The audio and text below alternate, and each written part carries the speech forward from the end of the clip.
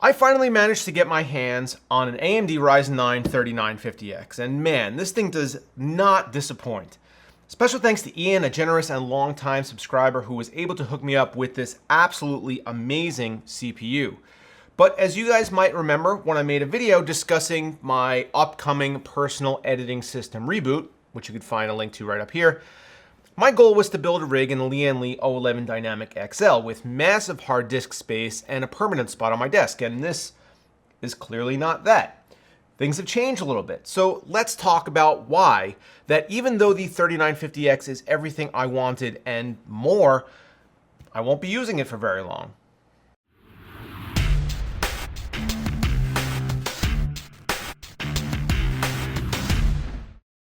In the interest of not keeping you in suspense for too long past that opening teaser, I did manage to score a Threadripper 3960X recently after reading and watching all of the gushing launch reviews, and seeing as how it absolutely annihilates the competition in Adobe Premiere, and that will be the main function of this build, well, I don't know, it would seem foolish to not at least give it a try. I've spoken with Fantex and we are going to partner up to try to keep the 24-core chip cool with a custom loop while still keeping true to my initial vision. We're still going to be using the Dynamic XL case. We're still having a black and white color scheme with a little splash of pink, courtesy of NZXT Customs. We'll still be using 48 terabytes of Seagate Iron Wolf hard drives. Cooling will still be done with Noctua fans, and graphics will still be powered by an RTX 2080 Ti. That should be a fun project, and assuming all goes according to plan, that is what I'll end up using for the long term. However, there's nothing stopping me from using this build in the meantime, and as the other project might not even be done before I leave for CES in a month, and my 7980XE based Intel system has been driving me nuts, I think it's about time to switch. So with my current system, the problems. Number one, I'm getting more and more instances of Premiere crashing, which is unforgivable.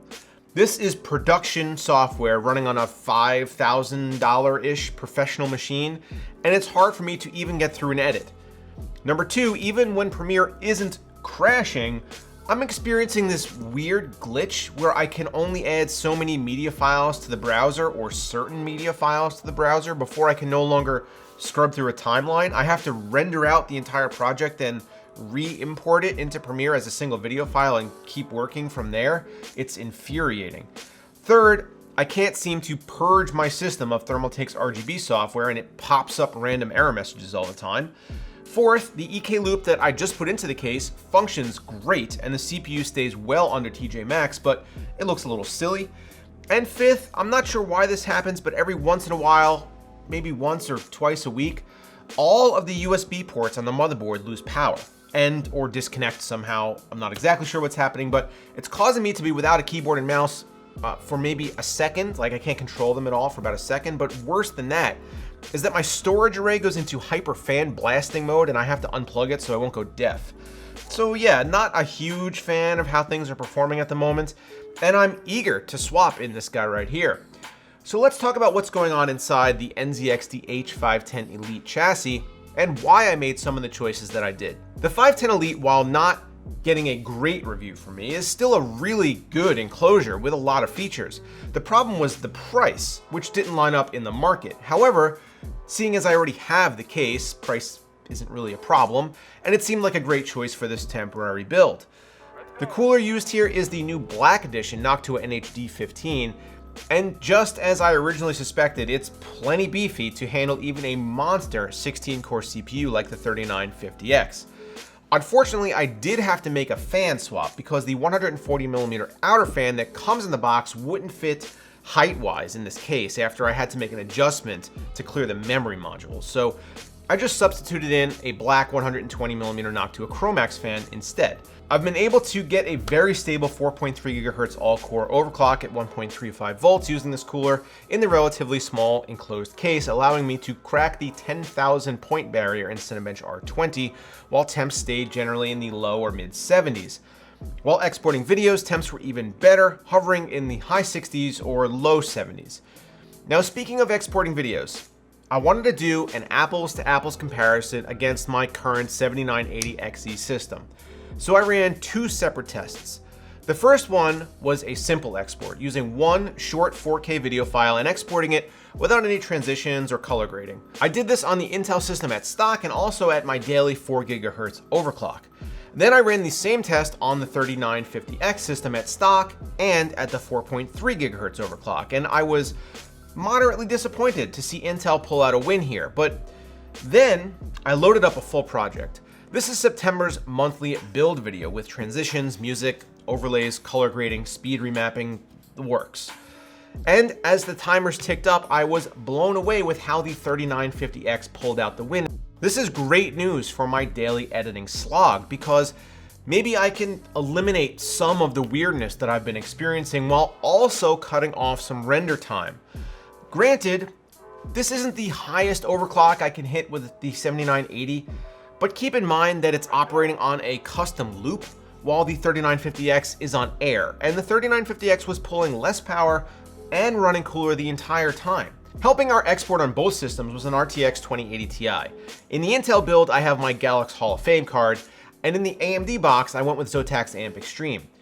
When tinkering with the Amp Extreme, I guess I was a little disappointed in the overclocks that I was able to, or more accurately, wasn't able to achieve. As the best offset I could run and still maintain stability was 50 megahertz on the core and 1000 on the memory. I then decided to test out the system in some standard benchmarks. So I ran both TimeSpy Extreme and Firestrike Ultra. The results that I got for both were slightly outside of the top 100 territory on the leaderboard, the Hall of Fame leaderboard, and I wasn't even trying really at all. Take the same hardware and put a custom loop on it in an open air bench or something like that, and I guarantee you we would crack the top 75 without much of an effort or any kind of exotic cooling at all. That's how good the CPU is. The rest of the build used some really stealthy black cables and black aluminum combs from CableMod, and I chose to give them some nice swooping action instead of just kind of funneling them straight down through the pass-through on the power supply shroud. This serves to fill the space below the GPU a little bit better, since there's nothing else down there except for the tiny 2nd gen Elgato 4K60 Pro capture card. All the lights in the system are set to white, which I really enjoy after having a really colorful piece on my desk for years. While it might not be as much of an eye catcher, it looks a little more elegant maybe, and if we're being honest, probably a little more professional as well. So while this 3950X system might not end up being permanent, it will likely be a strict upgrade over what I'm using right now, at least until the Threadripper system wills itself into existence. And I'll be sure to try to document my journey, maybe on Twitter or something until then with this new chip. So think of this maybe as the start of a 3950X long-term test that we can revisit in maybe a month or two. Make sure you get subscribed so you don't miss it or any of my upcoming content, including wall-to-wall coverage of CES 2020 coming really soon. Check out the merch store, link down below for shirts like this. And I want to say a big thank you again to Ian for hooking me up. This video would not exist without you. Thanks for watching, guys, and I'll catch you next time.